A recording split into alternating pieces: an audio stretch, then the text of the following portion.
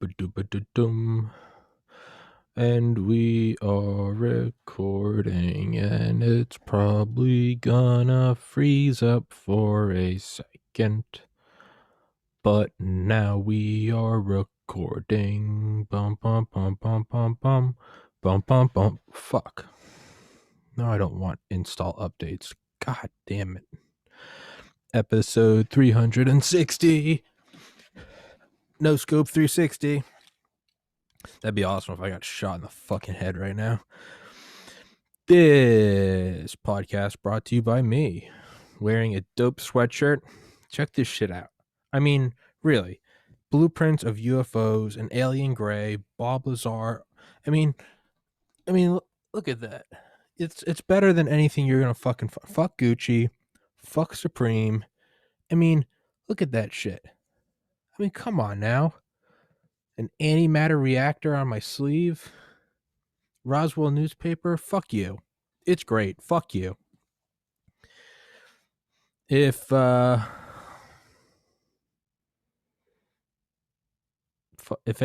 I don't know, I'm running out of things to say. Fucking buy my merch, damn it, or don't, and be a pussy and be a communist, and that's what you are. You're a traitor to America if you don't buy my merchandise, because that's how the free market works. I'm listening to a book right now called It is called, come on, you stupid piece of shit. 1983 by Taylor Downing. Reagan and Andropov and A World on the Brink, 1983. It's very good. And yeah, it's about, I don't know, I mean, actually, I really haven't heard a whole lot of new stuff, to be honest. It does a very good, right now it's on a chapter on Star Wars, the Strategic Defense Initiative. And that's very, hold on, let me do that a little bit. Is it too loud? I don't know what. I need to get those headphones that I can wear while I'm doing it so I can hear how it sounds. But I don't know how to do that. And I don't particularly care right now. But yeah, it has a good chapter on the Strategic Defense Initiative. And I actually haven't, there aren't many books out there that are specifically about it. Not at least on Audible that I could find. I mean, there's a bunch of great Cold War books. Command and Control by Eric M. Schlosser, Raven Rock by Garrett M. Graff, The Dead Hand.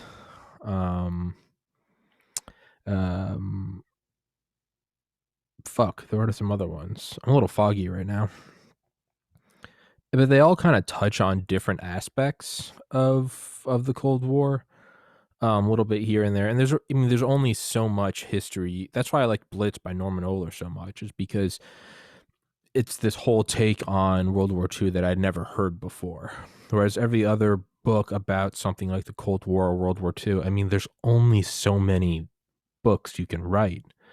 Not that the history isn't limitless, but rather the recorded history is. So I'm sure you could spend your entire life reading about World War II and probably still learn. I mean, with World War II, you can really kind of still learn a new fact about it every day, and not just like the number of loaves of bread that were eaten in Stalingrad on the second day of the siege. Like, I mean, yeah, I mean, there's novel information in that, like, sure.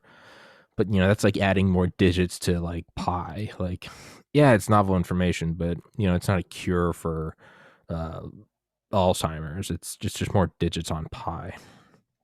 And I don't need anybody with a fucking attitude telling me the importance of pi. Fuck off. But so there's only so much information you can write. And Blitz is an exception. It's a fantastic book. Raven Rock, also by Garrett Graff. Raven Rock by Garrett Graff, Blitz by Norman Ohler. Those are two books that really covered a lot that I had never heard before. And I mean, in college, I was very interested in neuropsychopharmacology. As a matter of fact, I have the book somewhere from college. I never took the course, but I think the professor got fired for like synthesizing heroin off campus or something. That might be fake news.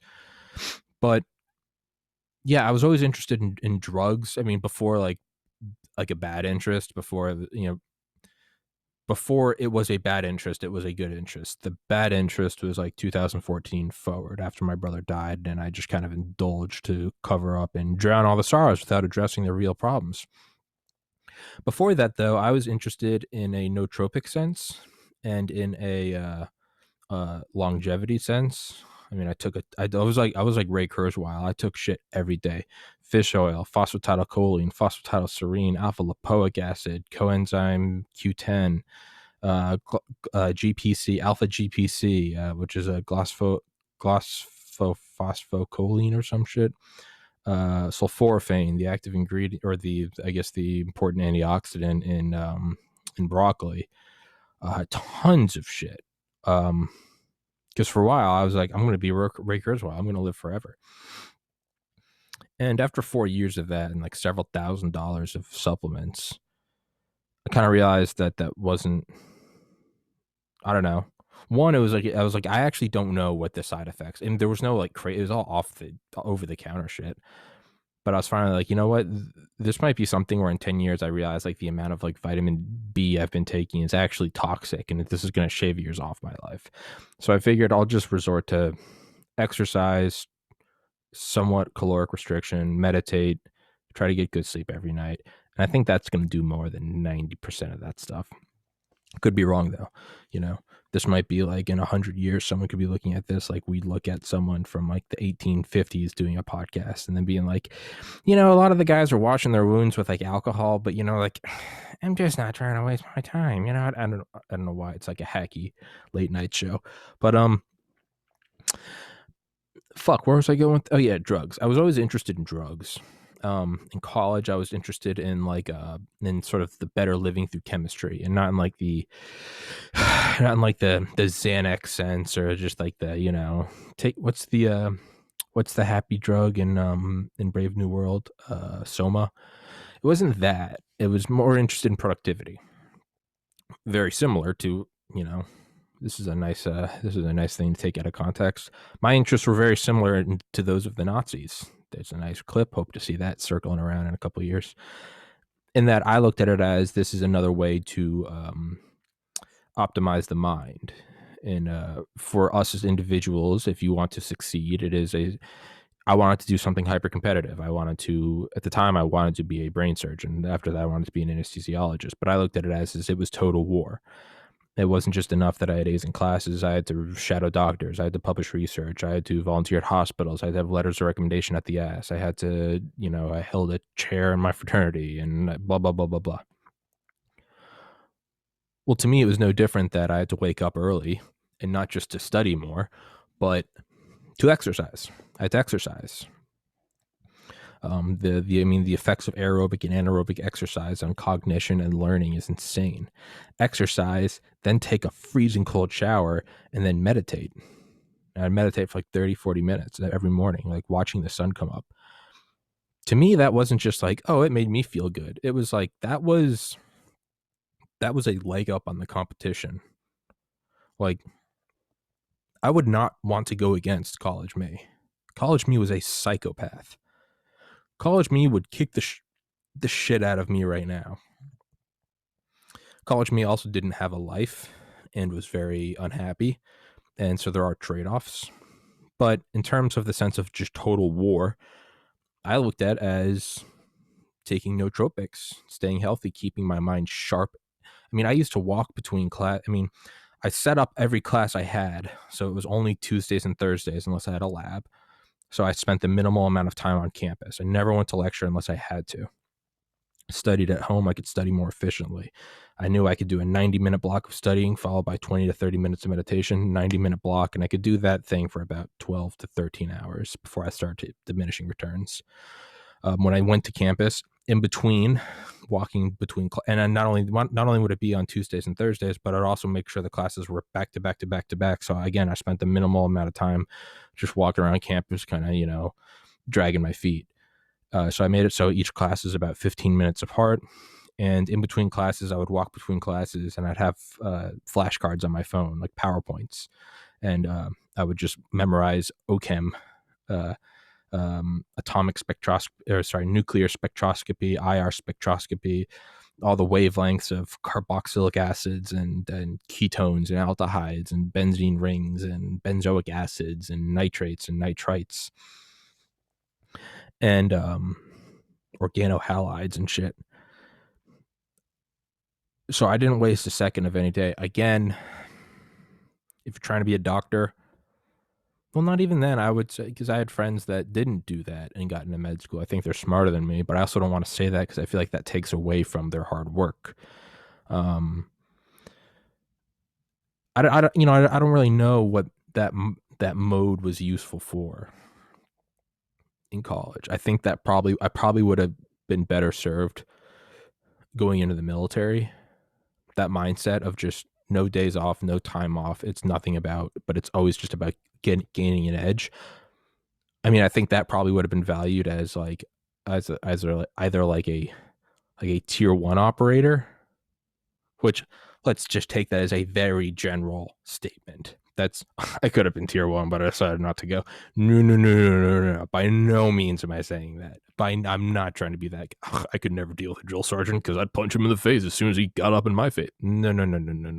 I probably would have vomited, shit my pants, cried, and left. Maybe not in that order. But for the sake of the argument, as I'm sitting here in my Bob Lazar hoodie, I could have been tier 1. I'm foggy because I only got 8 hours of sleep last night. I mean, Jesus. For the sake of argument, that mindset, I believe, probably would have been suited for that. You know, just the ultimate predator hunter. Does this have an effect? Sorry. Does this thing act as a poof filter, or do I need the actual poof filter thing? Guess we will see. I don't know.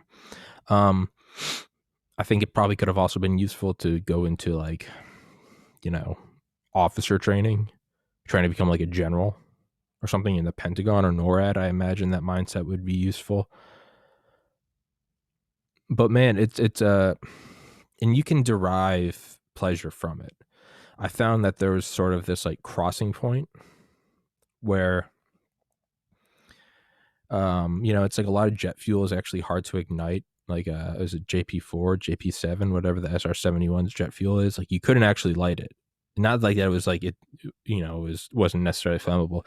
I mean, like Ben Rich talks about in his book Skunk Works that there used to be like vats of it, and they'd have new guys like mixing it or some shit, and someone else would come up, light a cigarette, and then throw it in there, and it wouldn't do anything. It would just like water.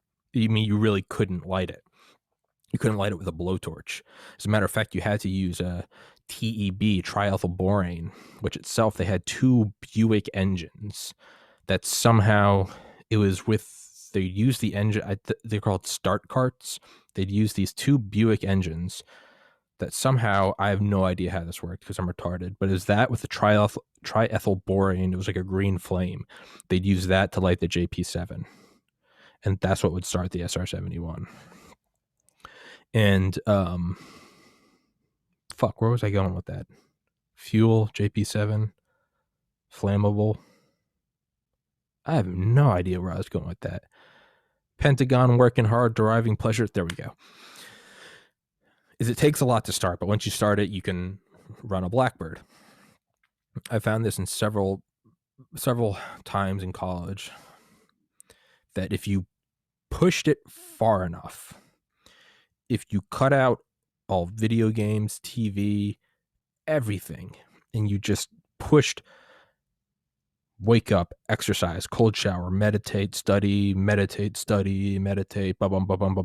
the calories, you're always hungry, literally and figuratively, go to sleep, wake up the next morning, do it again, never take time off, don't sit on Reddit, don't sit on Facebook, nothing, just work.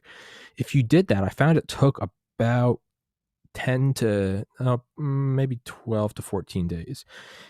If you did that, it was a lot like the Buick start carts. You would start to derive pleasure from the work. So for 14 days, it was just, you might be interested in the information, but let's be honest, it was a bitch. You don't want to do it. Thank God for stimulants. But I found if you just pushed it, It was like a sustaining nuclear reaction. That probably would have been a much easier analogy than the start carts. But it started, think Doc Ock in Spider-Man 2, the power of the sun in my hands, and it starts sucking in all the metal from New York. It was like that, and you started to crave it. That's all you wanted to do was study. You wanted to get better. It's like if you ever do speed runs on a video game level and you just get better and you're trying to shave off tenths of a second, hundredths of a second. It was like that. But the thing is it wasn't like a stable reaction, in that one night of not sleeping well, if you went out and drank, if you just took a day off and went and just, smelled the flowers, it would completely fuck it up and you couldn't stay in that. So it was a lot like nuclear fusion. We couldn't sustain it. We could get it for a short amount of time. And so it was very useful for if you could get it going. And it was always very interesting when you got it going, because you would just start to go over the top. But I don't think it's sustainable. I think it's like afterburners on a fighter jet. Like, you can fucking get the shock diamonds and just really get going. And like the F-22 can super cruise, but I mean, you can really only go full throttle for not long. So I was always interested in how could I take that edge to the next level. And to me, it was using nootropics, even if it just replenished the, I don't know, cerebral spinal fluid or glucose or whatever the fucking raw material for making, was it glia? Is it glions? Glia? Anything to just give my brain a leg up. And I do think it worked. However, it's not sustainable. So I'd say all that to say that I was interested in drugs. And there's something called like adrafinil, Adrafinil. It's also called Olmafon. It was originally designed for Air Force pilots going on super long flights. Primarily, I think like the F-117 and the B-2 bomber. I don't know when it was invented, but it was called like a eugoric, Eugoric, if I recall correctly. And I think it was a French word, or is derived from a French word, but it meant like peaceful or it was like focused wakefulness. And it was not at all like a Ritalin or an Adderall or a caffeine. Like a caffeine jacked you up, but I found that wasn't really focus. I found Ritalin or Adderall would focus me like a laser. Caffeine was like turning up the brightness of the laser, or perhaps maybe adding a battery so that it lasted longer. That's what she said. That is what she said. She added a battery to make it last longer. Sex jokes. I'm 30. But caffeine was, it would either make it so like, Ritalin or Adderall. We'll just say Ritalin. There's Ritalin, Adderall, Vyvanse, Focal, and Concerta. There's all of them, and everyone will argue one versus the other. I kind of think they're all the same. Some people will die on a hill that they're not the same.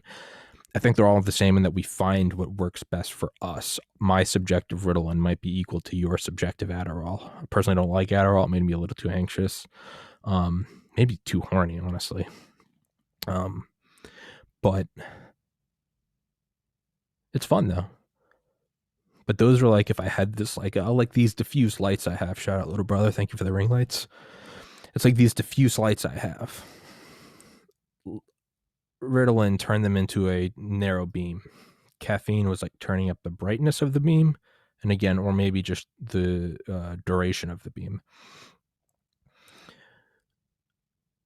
So those were sort of the two categories I had of like, and then you could find all sorts of, so again, just like you have all sorts of focus meds, you have your Ritalin, your Adderall, your Vyvanse, Concerta, Focalin. Those are all your laser focus. You could also have different battery types. A caffeine, not DXM, that's not DMX the rapper, not DXM, that's what's in Robitussin. There's something else that was in, I don't know if anyone listening to this, you remember Jack 3D, that pre-workout supplement. It had geranium in it, which is I think called DMAA, dimethylamylaline. I think that's what it was. but that had stimulating effects. There's something called synephrine, synephrine. But it came from, I think it came from like the skin of oranges. It sounds like that's what, you know, have you ever taken a skin of an orange and like squeezed it and it pops up all that mist? To me, if that mist had a word, it would be synephrine. Or if you could take synephrine and what would synephrine, if synephrine looked like something, what would it look like? You know, like what does peace look like? Peace to me is peace to me is the first cool night of fall, but it's where it's still warm during the day. It's in the evening, the sun's behind the trees, but it's still plenty bright, and there's just like the light lapping of waves at on a lake before it turns to glass. That's peace. If I could put peace in a word or in a vision, that's what it is. Synephrine sounds like the shit that you pop from an orange peel. Not important, but man, these solo rants really are the rants of a madman.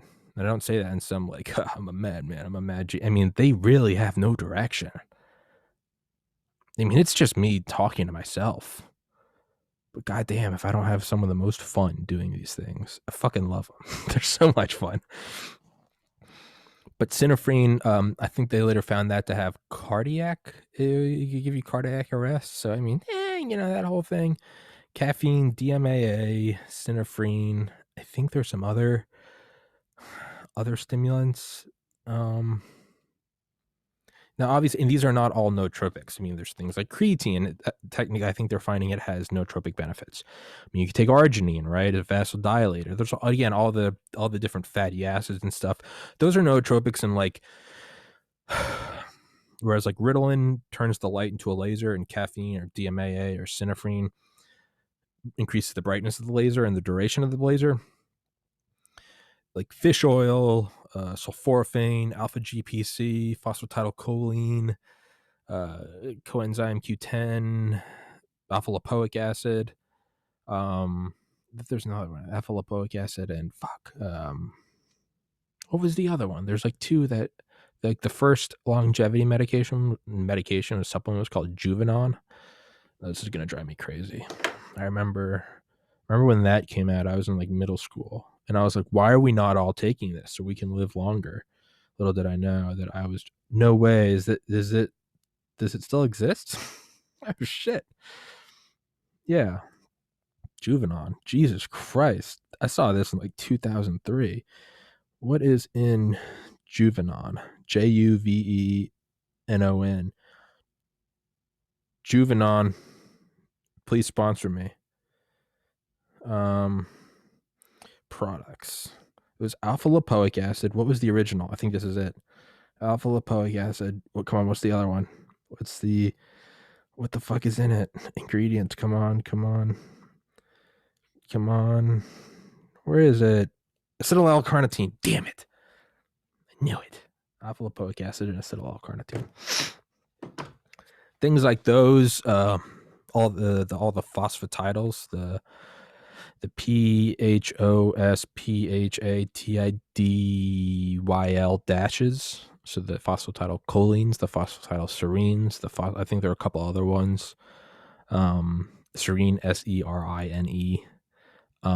Yeah, all the cholines, all the fish oils, all the fatty acids within the fish oils. Fuck, I don't remember what else was in them.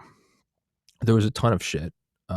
Green tea extract, I think, was one. Resveratrol from red wine.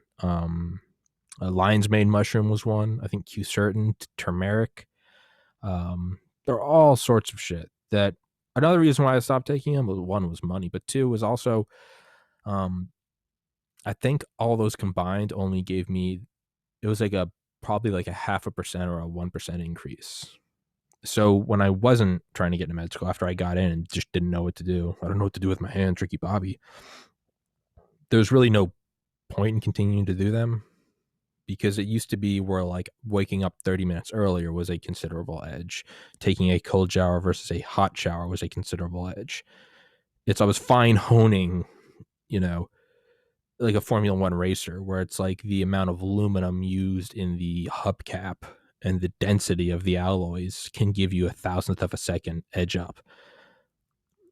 But if you're not concerned about, how quickly if you show up a minute late to the race, you're like, sorry guys, and you got a donut and you're sitting in, you're not someone that's worried about the thousandths of percentile points. Sorry, you're not someone that's worried about tens of percentile points. So why get concerned over the thousandths? It's diminishing returns.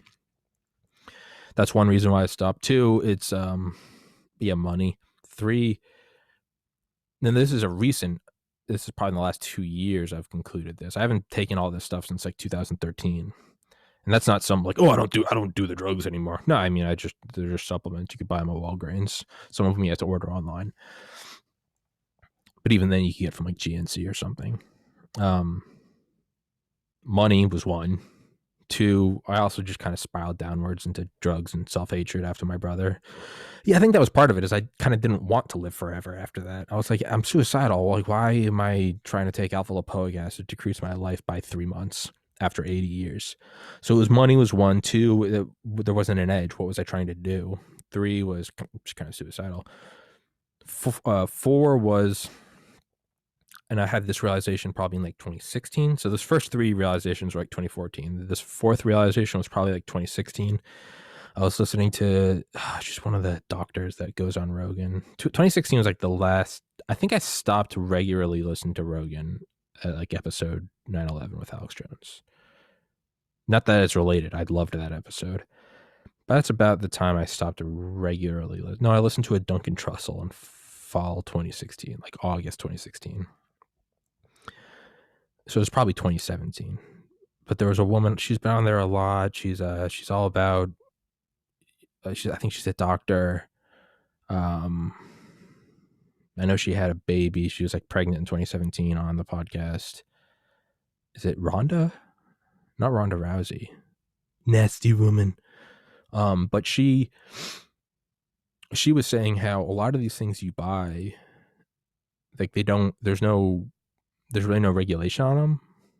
So you might be paying for sulforaphane, the antioxidant, anti-carcinogenic compound in broccoli. You might be paying for a sulforaphane extract, but is that stuff heat sensitive? If it's shipped in a FedEx truck, did that, and it it went across Texas, did that destroy any active compound in it? So now you're just getting, it's not dangerous, but now you're paying $20 to take pulverized broccoli, and you don't even have the benefit of broccoli. Imagine eating Brussels sprouts and not at least getting the nutrients. So that was kind of one reason. I was like, there's no real reason to spend money on this stuff. I don't know what I'm getting. I mean, if you have big dick money, I mean, you could probably just own the entire supply chain. If I did that, I would do it. But it was just like, I don't even know what I'm getting. And some of this, I mean, how old is it? So it's, again, it's diminishing returns. It's this tiny edge up. And when I first started it, it was definitely more of like a Ray Kurzweil thing. I was like, I want to live forever. But as I went on, I was like, this is a useful tool to get a leg up as pre-med. And it stopped becoming a live forever thing. I kind of started getting focused on like, well, if I become a physician and have the job security of a doctor, that will probably have a greater effect on my longevity just because of my income, what I can afford to eat, medical intervention I can afford. And as the years go on and technology progresses, can I afford stem cell therapy? Can I afford tissue regeneration? Can I afford blah, blah, blah. So it kind of became like, this isn't what's going to push my life forever. What's going to push my life forever is just a higher quality of life through a higher income. Probably also killed off by being a doctor and working that hard.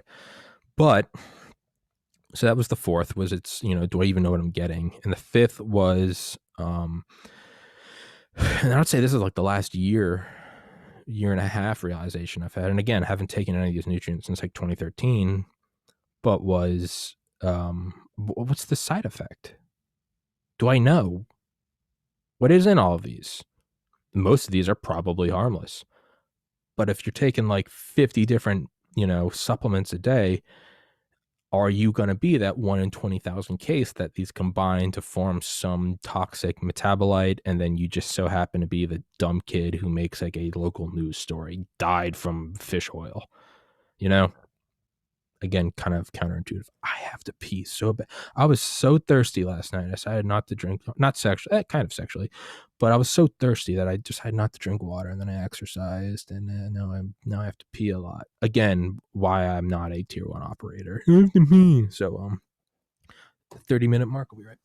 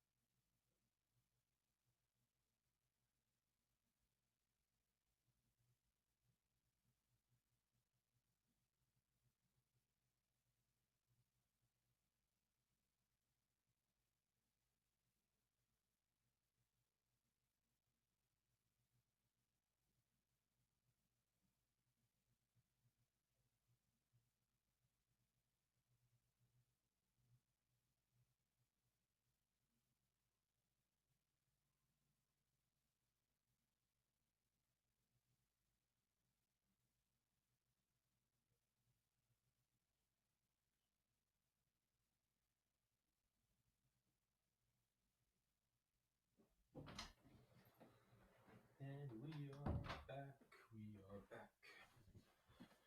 We are back. Make sure to cut that out. That was 1 minute and 40 seconds? Jesus. I never realized that's how long the pee breaks were. I was in my mind thought they were like 30 seconds. It was 1 minute and 40. Okay, I can see where that's annoying if you're listening. All right.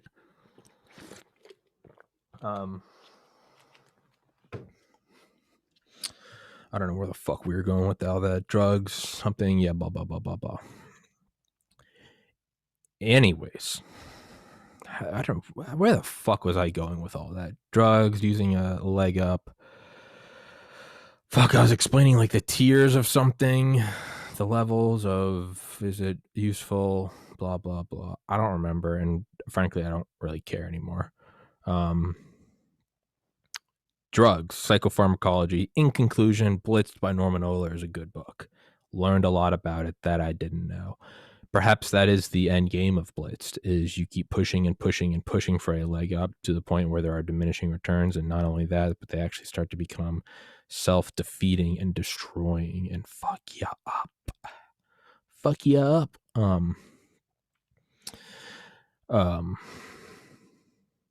Yeah. Probably what it is. Something like that. Anyway, so 1983 by Robert Downey. It's a good book.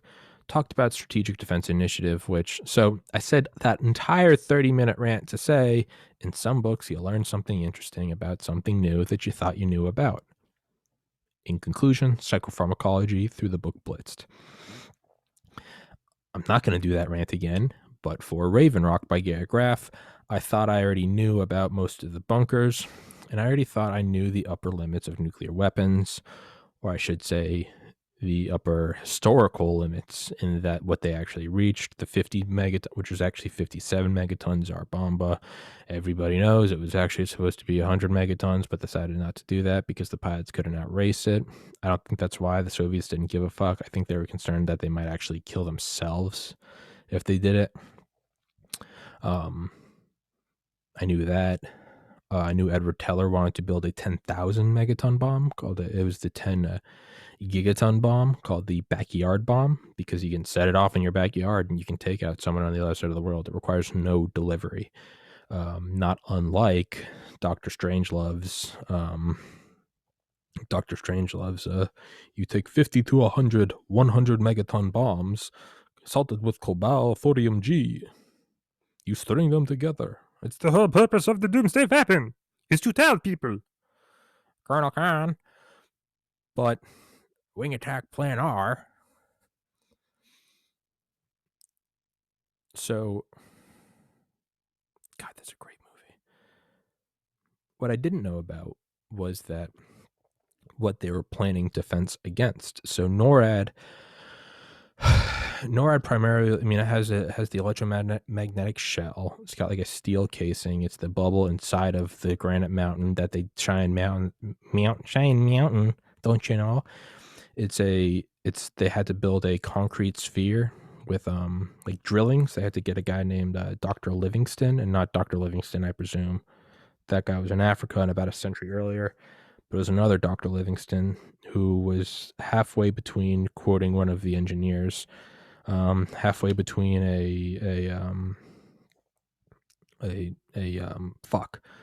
halfway between an excavator and an artist. He was someone that you would use for like a Mount Rushmore, knew the properties of rock, and knew, but also had like the artistic skill to do something with finesse.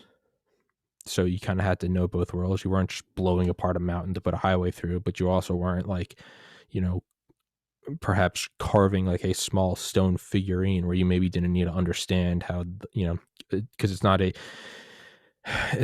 scaleless fractal. Like water doesn't fractal. Well, I think water does fractal equally. Some things, fire, if you look at a flame versus a piece of paper on fire versus a log on fire versus a bonfire versus a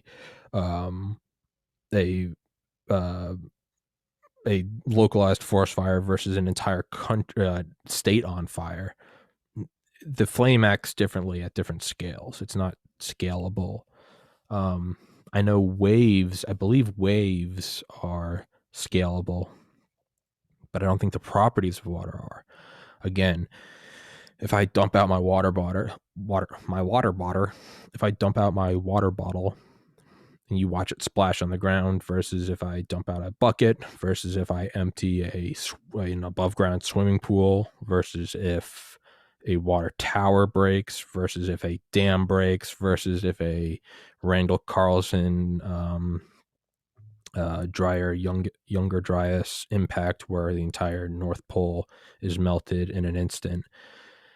The levels of waves, that doesn't look the same, So like you got to use CGI for something like Deep Impact or the Day After Tomorrow where the wave comes and destroys Manhattan.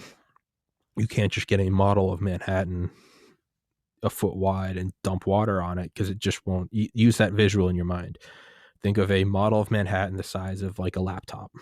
You just got your Twin Towers at one end and your fucking Central Park at the other. Foot wide. That's what she said. So foot wide. That is what she said.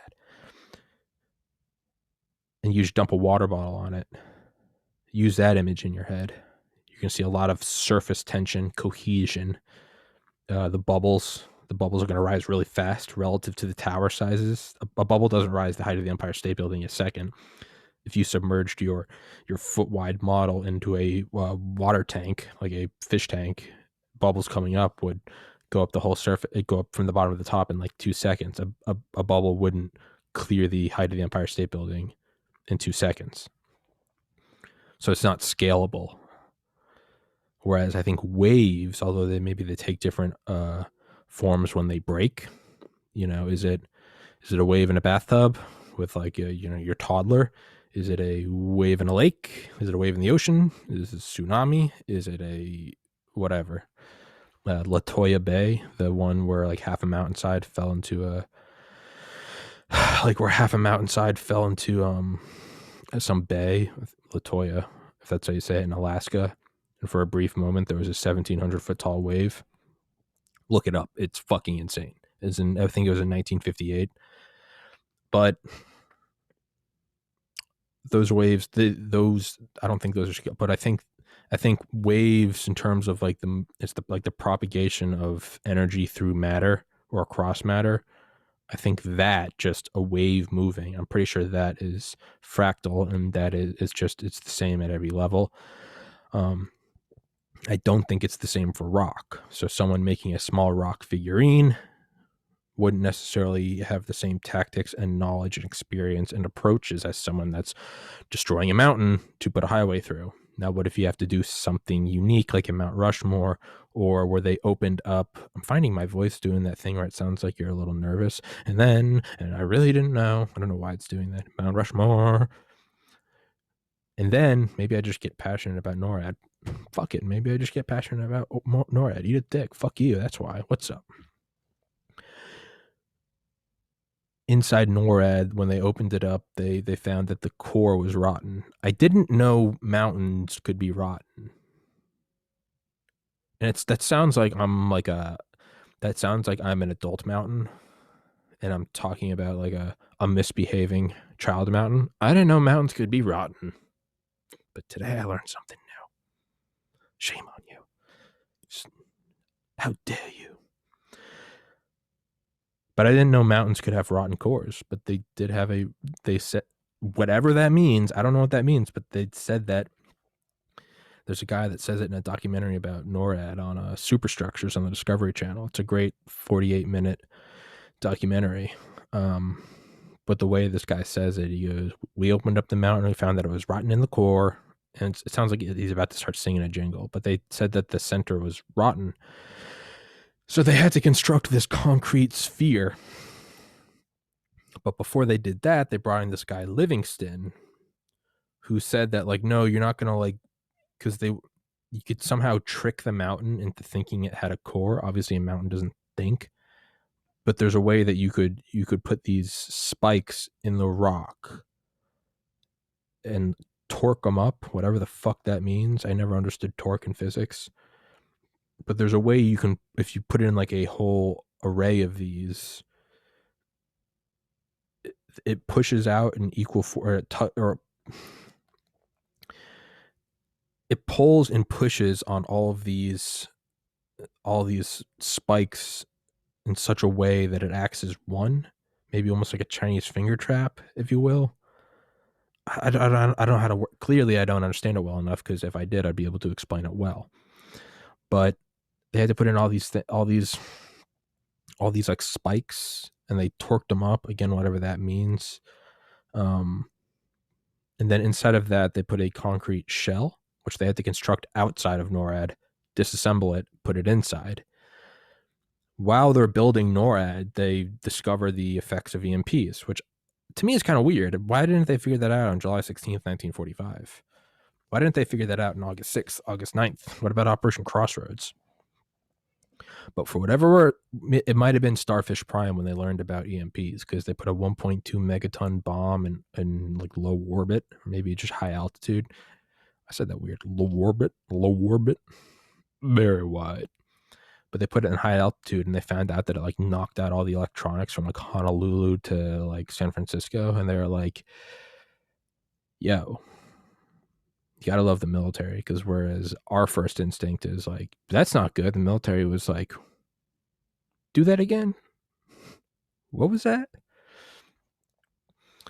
But they found out about the effects of EMPs, which, I mean, disable all electronics. Well, geez, if you need an array to make sure that there's not a boob, B-O-O-B, bolt out of the blue attack from the Soviets over the North Pole, man, taking out electronics is, I'm actually going to have on a woman tomorrow to talk about EMP bursts. Get excited, motherfuckers. It's going to be exciting, boy. But yeah, so they constructed this whole, I don't think they built the traditional Faraday cage in it, where it's, I think they've found since that the best Faraday cage is, I used to think that the only Faraday cage you could make was copper. And like the first time I saw the use of it was in the movie Transcendent Man with Johnny Depp. But apparently from this documentary about NORAD on the Discovery Channel, they found that I think it also, you can do it with steel, which I didn't know. Maybe it's just any sufficient amount of metal. No, excuse me. I think the buildings are metal. So you have NORAD hollowed out. You have all those spikes in there that are torqued up. Inside of that, you have a concrete shell in case it does start to crack. And then inside of that, I believe you have a copper shell or copper like wiring in a mesh. So you have this whole dome inside. Right, it's just like a normal case. You've made it a little more complex. You've put the spikes in, you put the concrete shell, you put the Faraday shell, but now again you just have an opening inside. Inside of it is a bunch of individual structures made out of steel. It's like the bottom of a ship, kind of just like perfect sheathed, and they all lie on top of 1,000. No, there's something like 1,000. There's a number. I forget what it is. Either there's 1,000 springs or each spring is 1,000 pounds. I forget what it is. But the guy talking about it looks exactly like the guy from the Dry Eyes video. Dry Eyes. But they all sat on top of these springs, which fuck, I don't remember. They each were they used 1 ingot of steel or something. Big ass fucking springs, and they had all these multi-floor buildings rest on these springs, and all these buildings are made out of steel as like an additional Faraday level or a Faraday shield, and they sit on top of these springs so they can move if there's a nuclear blast.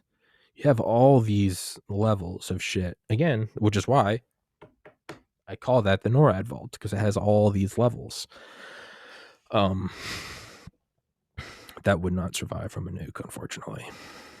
Which is why I have offsite hard drives to hopefully get away from, if a nuke takes out one, I won't take out the others. That's how big my ego is, that I'm more concerned about saving the podcast from a nuclear war than anything else. Fuck you, I don't care.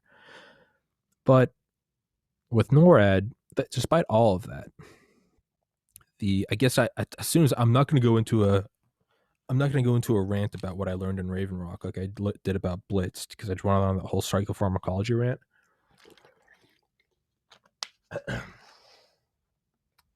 Yet here I am.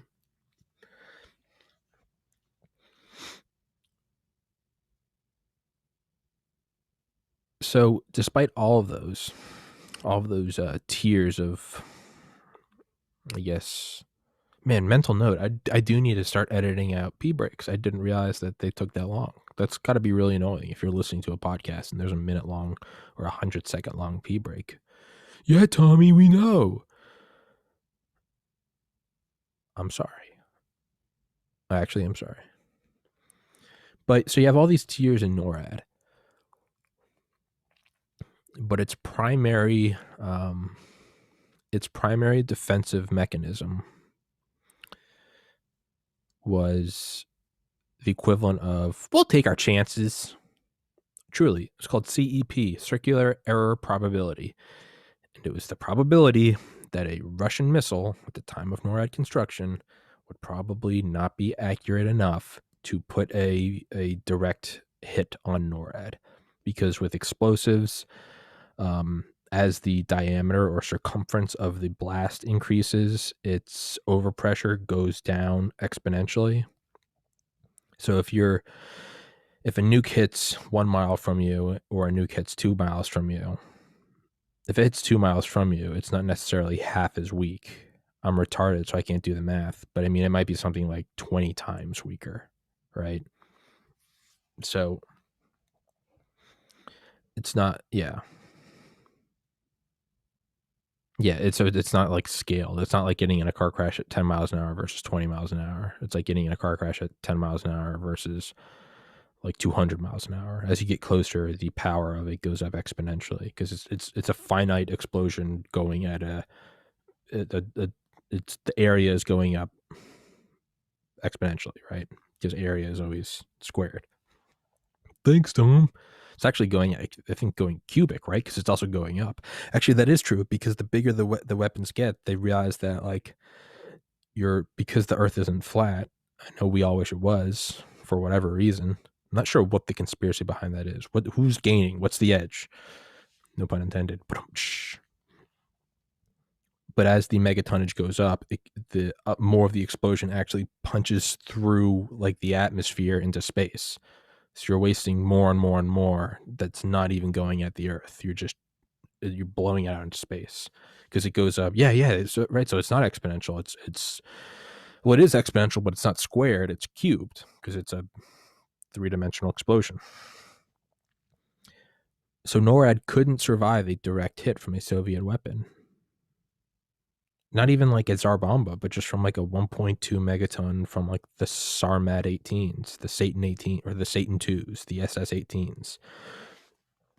These big old fucking Mac daddies of ICBMs. And it was because the power was just so great that it wouldn't survive. It might survive the EMP, but I think that's the least of your worry is when a 1.2 megaton warhead's going off outside.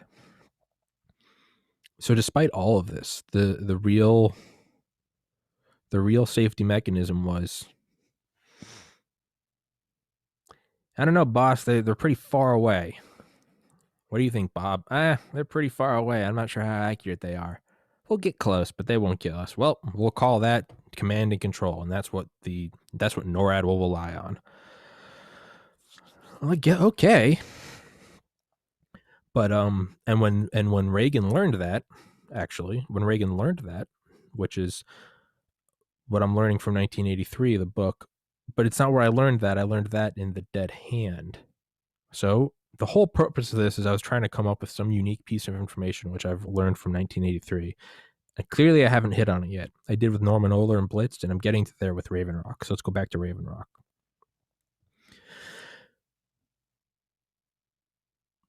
The circular error probability, when Reagan learned that, he was terrified. That factoid, sure, it's in 1983, but it was also in Dead Hand. I think it was also in Command and Control. Maybe not. I don't remember. Point is it's been in other books I've read. When Reagan learned that, he was terrified. Okay. So I thought I knew a good amount about NORAD. And I thought I knew a good amount about nuclear weapons. 57 megatons designed to be 100. Edward Teller 10 gigatons. But Edward Teller never actually. It was never designed. Like the 100 megaton bomb was designed. I think Edward Teller just did some like loose calculations and said the 10 gigaton was feasible, but I don't think it was designed. Right? It's like if I said we can put a skyscraper on Mars. Like it's not designed in the same way that like the Jeddah Kingdom Tower is designed, but just not completed. So what I didn't know, and this is what I learned from Raven Rock, a lot of factoids, but two very neat factoids were the DUCC, the DUCC, the Deep Underground Command Center, which is also talked about extensively in the book Nuking the Moon and Other Cold War Projects That Stayed on the Drawing Board by Dr. Vince Houghton, Houghton, Dr. Vince Houghton, who is the curator for the National Spy Museum and now does something else. And he was on the podcast. He's a really fucking cool dude. Go get his book. Nuking the Moon is fantastic. Actually, I need to email him. I would love to have him on to talk about his other book, Nuclear Spies. Houghton. But he and Garrett Graff both talked about the DUCC. What is the DUCC, Tom? Glad you asked. Thank you. Take a seat. The DUCC was planned to be 3,500 to 5,000 feet. It might be 3,500 to 4,500.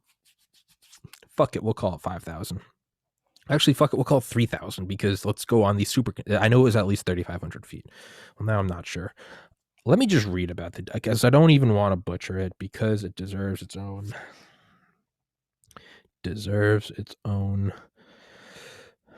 Deep Underground Command Center.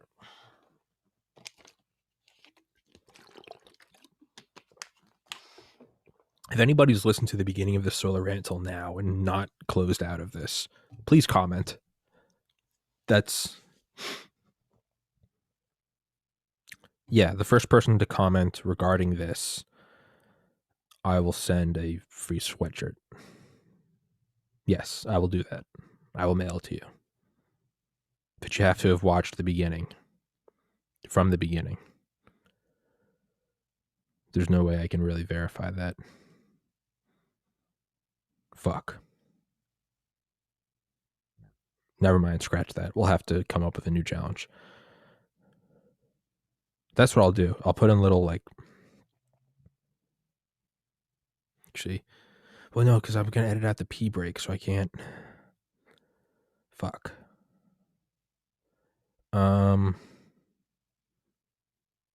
Fuck. Whatever. Um.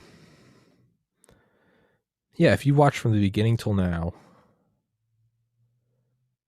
I'll send you a free sweatshirt, but you have to comment about it. I was gonna edit out the pee break, so it's gonna fuck up the timestamp. But technically, we're at 55 minutes now. But if I edit out the pee break, we'll be at like 53 minutes. Fuck it. Whoever comments about this thing that I'm talking about right now, the fact that I'm saying comment, if you comment, go choose a sweatshirt of your liking, and I'll send it to you. One person, limit one. The Deep Underground Command Center. It's like when you'd write a long paper and you're not even sure if your professor's grading it. So on like page 11, you just write in the middle of a sentence, "Are you reading this?" And then keep going and see whether or not they even circle it. If they do, okay. If they don't, then the whole thing's fucked and it doesn't matter. The Deep Underground Command Center, the DUCC, sometimes called the Deep Underground Command and Control Site. What a important note. Was a United States military installation that was proposed on January 31st, 1962 to be, quote, a very deep underground center close to the Pentagon, perhaps 3,000 to 4,000 feet down. That's insane. That's absolutely insane. 3,000 to 4,000 feet down. The Burj Khalifa is 2,712 feet tall. The original World Trade Centers to their roofs was, I think, 1,354. No, fuck. What were the World Trade Centers? 1,300 to Sears Towers, I believe, 1,454. Sears Tower height, 1,450. Okay. Twin Tower height.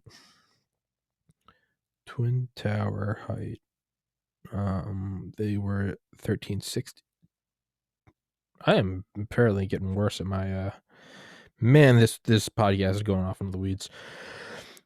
But 3,000 to 4,000 feet down, protected to withstand direct hits by high-yield weapons that endure about 30 days in a post-attack period, meaning it was buttoned up and it had all the mechanisms to continue on existing. That's an important thing to note, right? Direct hits. NORAD wasn't... Yes, NORAD is in the center of a mountain, and it has all of that granite around it, but it's not the same as being underground, right? It's like an above ground swimming pool. It's not the same as a swimming pool, It's just a little, granted, one's summer fun, one's nuclear war, but I think roughly the same. They both result in burns and kids screaming. So being under a mountain, it's the overpressure from a nearby bomb can still rock the whole thing. Whereas if you're underground, again, I think it comes down to that sort of like square cube loss, where you're so far underground and you're protected by the whole earth, right? Because a mountain, you just blow it up close enough, you're going to rock the whole mountain.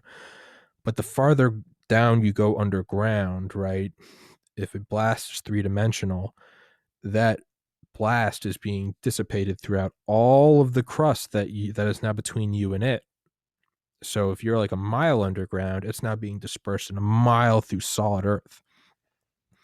And I think that's right. If there's any engineers listening to this pulling your fucking hair out, tell me, and I'm sorry. But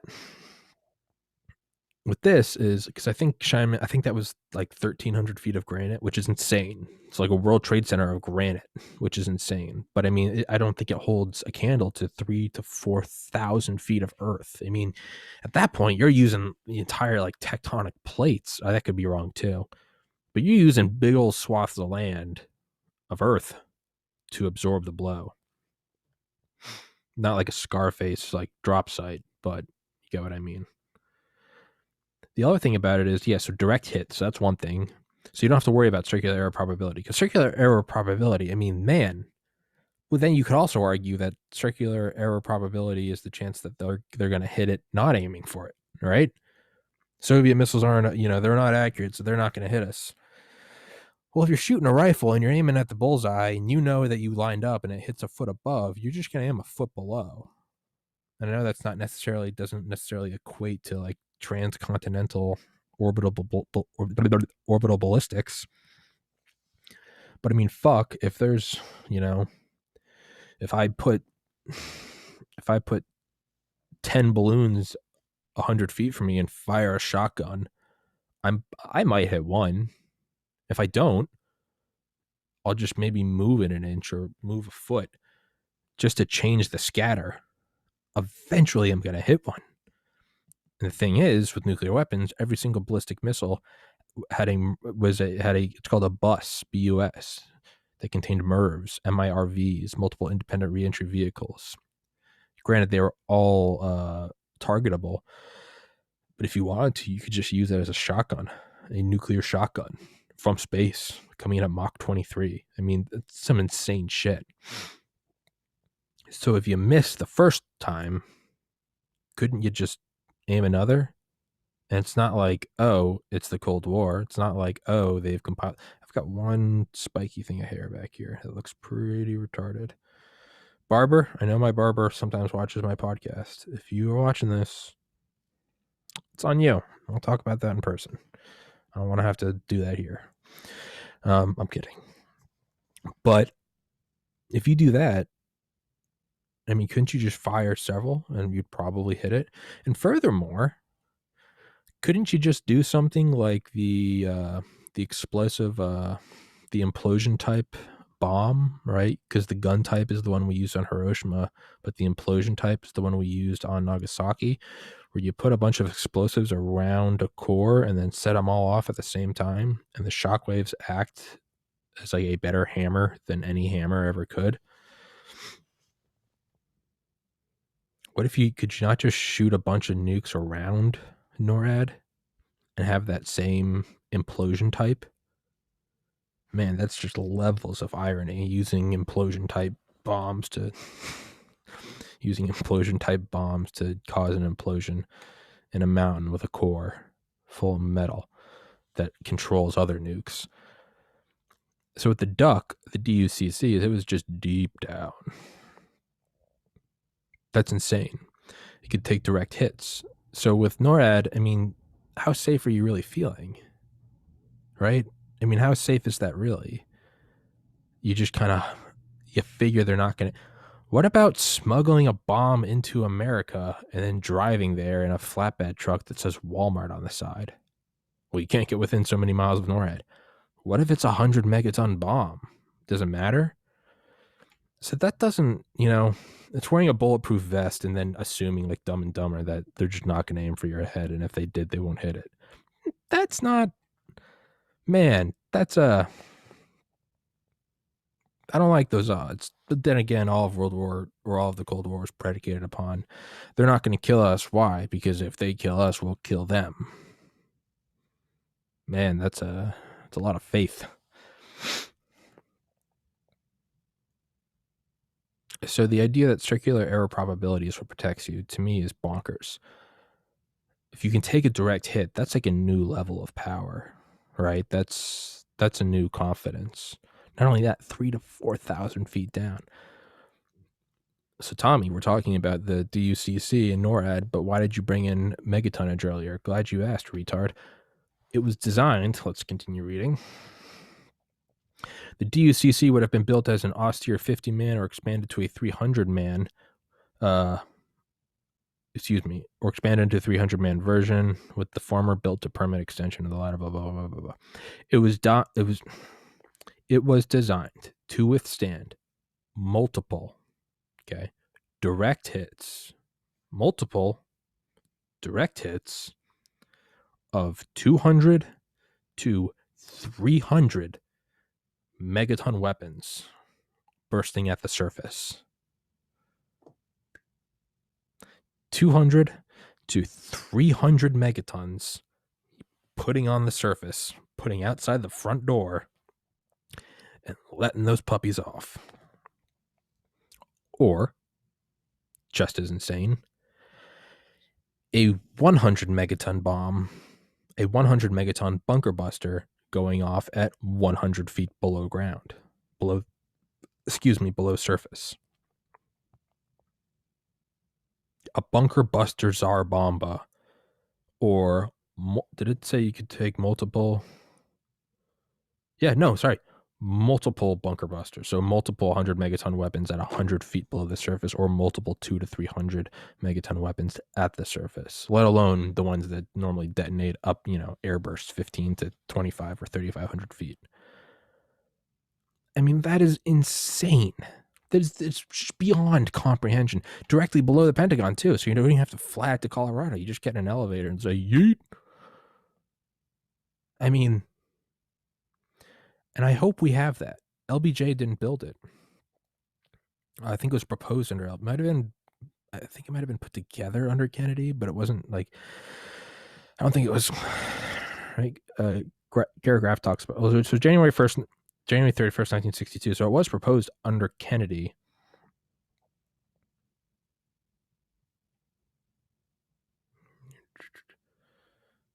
It was recommended to President Kennedy for fiscal year 1965.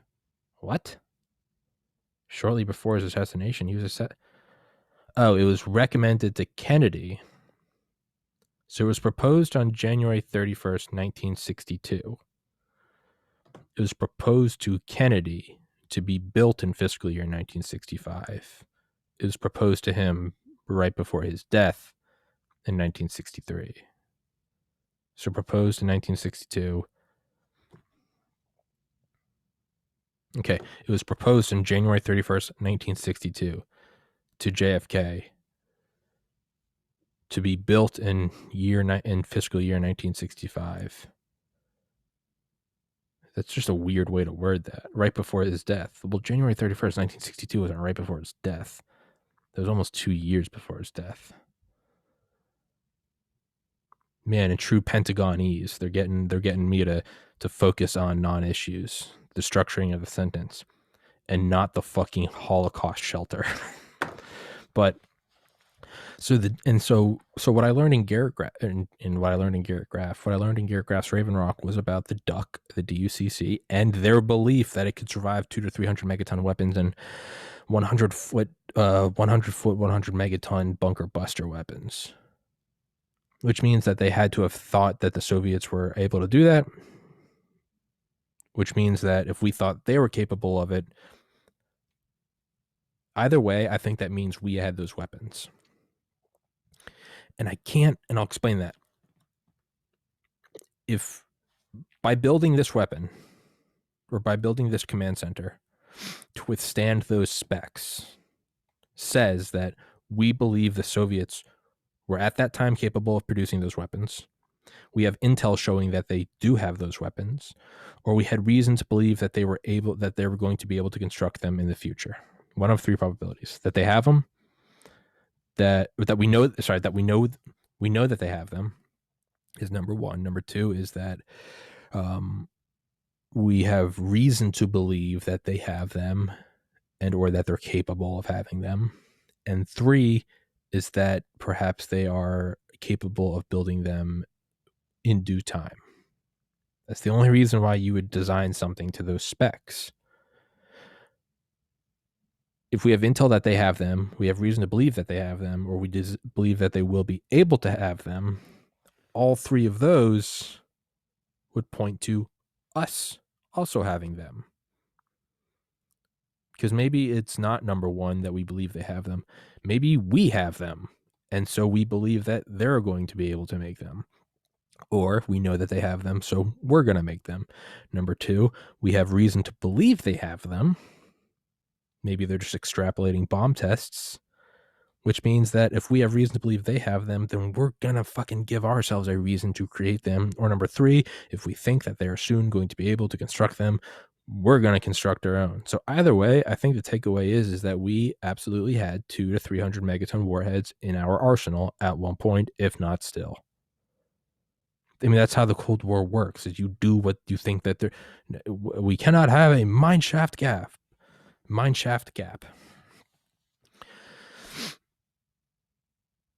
which is insane. But that's a takeaway I got from Raven Rock was the DUCC and those weapons. The takeaway from Blitzed by Norman Ohler was their use of drugs, especially D9, which was just like an insane amount of like cocaine, Eucadol, and meth. And whereas the DUCC was proposed under Kennedy and then rejected under LBJ, Reagan went to NORAD, saw it, and said that we needed the Strategic Defense Initiative to defend against it. And I don't remember where else I was going with this whole rant. So I think I was starting the rant by trying to go on a reason why I loved 1983. But now I can't really think of one because I'm not sure there's a reason to. I like the book so far, but I haven't learned anything new. There are none of these factoids that are blowing my mind. Like I talked about War State by Michael Swanson was all about the factoid I got was JFK using a hypothetical where he chopped off his wife's head, which is odd. From Ben Westhoff's Original Gangsters, where George H.W. Bush lived in Compton for 2 years. Like that's a fun factoid. I never knew these things. 1983 is really not offering me these badass factoids. I don't know. Well, I don't know. Where is it? How come I'm not seeing it? Where are the goods? Where the goods, brother? I don't know.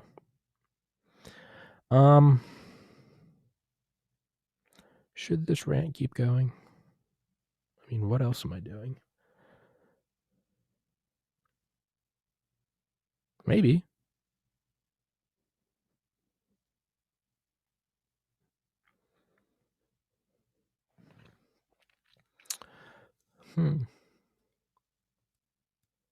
Maybe, my son. Maybe. Have to edit this out too. 1:11. So 30 minutes and 1:11. I gotta go to the bathroom.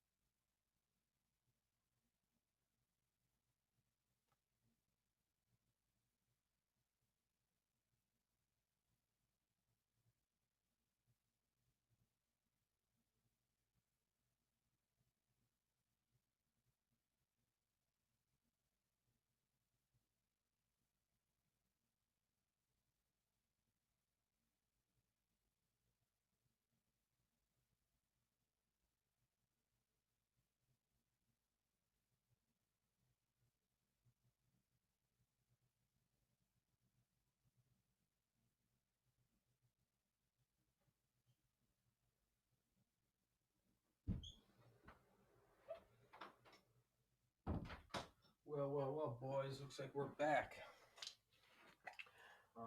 Jesus.